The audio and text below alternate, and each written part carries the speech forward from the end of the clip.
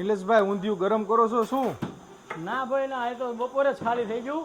આ નવું 200 કિલોનું બની રહ્યું છે, કારણ કે કષ્ટભંજન ક્યારેય ક્વોલિટી સાથે કોમ્પ્રોમાઇઝ નથી કરતું. હંમેશની માટે જો આ કિસાન સિંગતેલ આપ જોઈ રહ્યા છો, ટોટલ બ્રાન્ડેડ મસાલા.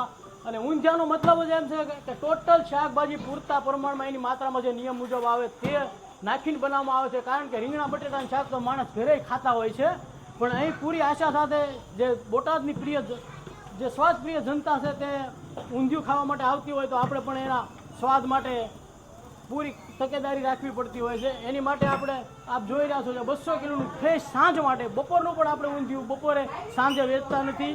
આપ જોઈ રહ્યા છો જે અત્યારે સાંજ માટે ફ્રેશ ઊંધિયું તૈયાર થઈ રહ્યું છે. તો તમે નિલેશભાઈ આ કેટલા ટાઈમથી આપણે ઊંધિયું બનાવો છો? સાહેબ આપણે આ ઊંધિયું બનાવી રહ્યા છીએ 7 વર્ષથી. 7 વર્ષથી. અને અંદાજે કેટલું બનાવતા એ વખતે? દર સાલ આપણે 30 થી 35 મણ બનાવી રહ્યા છીએ. શું વાત છે! તો સવાર સાંજ બે ફ્રેશ જ મળે છે. બપોરે જ સ્ટોક ખાલી થઈ જતો હોય છે, અને સાંજે આ જો આપ જોઈ રહ્યા છો કે ફરીથી 200 કિલોનો જે તપેલું તે બની રહ્યું છે. તો આપણે કાલે 7 તારીખ છે, તો કાલે પણ તમે બનાવશો? હા, કાલે પણ એક પૂનમ છે, એટલે કાલે પણ 7 તારીખે 2 ટાઈમ બનાવવામાં આવશે. શું વાત છે! તો આપણે કઈ જગ્યાએ આવવાનું રહેશે? આ એક્ઝેક્ટ લોકેશનની જો તમને વાત કરું તો હિફલીમાં સરોદય સ્કૂલની બાજુમાં ફાટકની અંદર મઢુલી પાસે. શું વાત છે!